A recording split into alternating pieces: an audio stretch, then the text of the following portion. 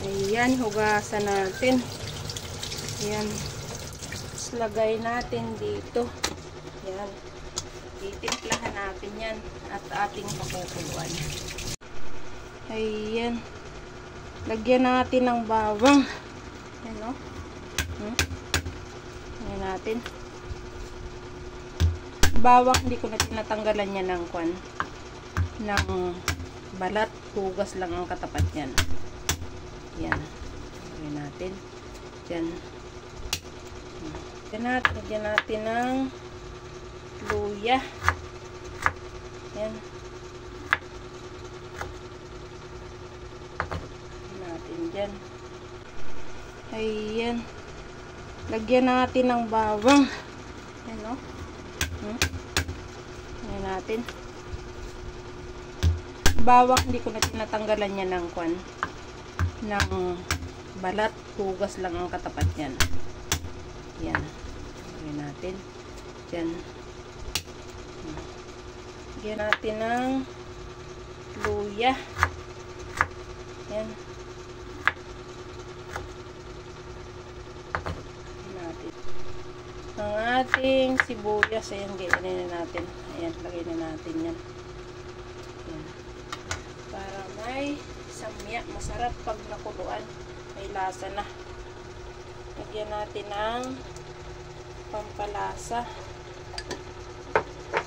Ayan. Paminta.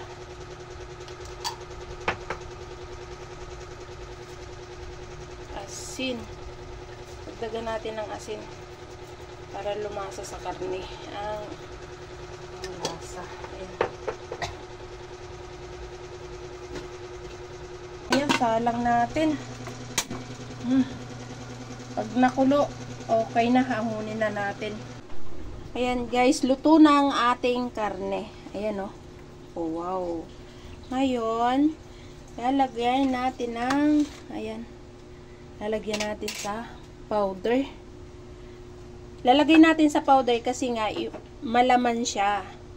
Pag malaman, maaring siya ay matigas ang laman pag ididiretso natin ng fried. Yan, lalagyan natin ng ganyan para may harina siya, may cornstarch, saka may breading mix. Ayan guys, para may smooth yung karne niya. Ayan. Baliktarin natin.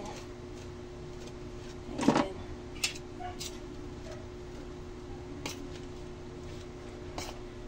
Ng karne, ilalagay natin yung itlog dyan. Ayan. Tapos, sasawsaw natin yung ayan. Ayan, gaganyan natin. Ilagay ulit natin lagyan natin ng itlog para mas crispy.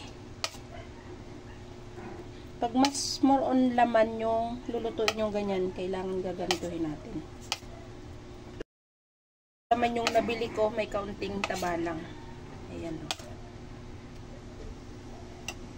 Ganyanin natin. Ayan. Lagay na natin ang mantika. Ito na, ilagay na natin. Wow.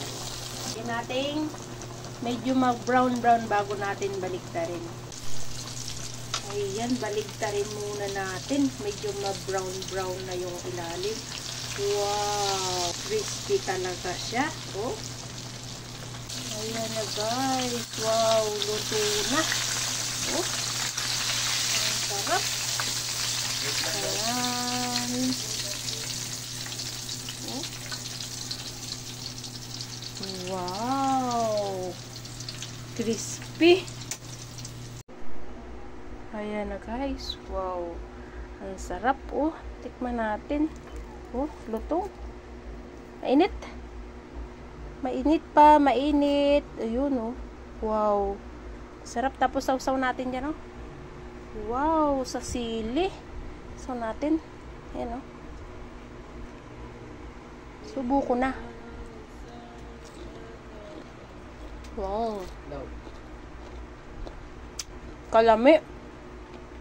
Thank you for watching, guys. Just follow, like, and share. Bye-bye.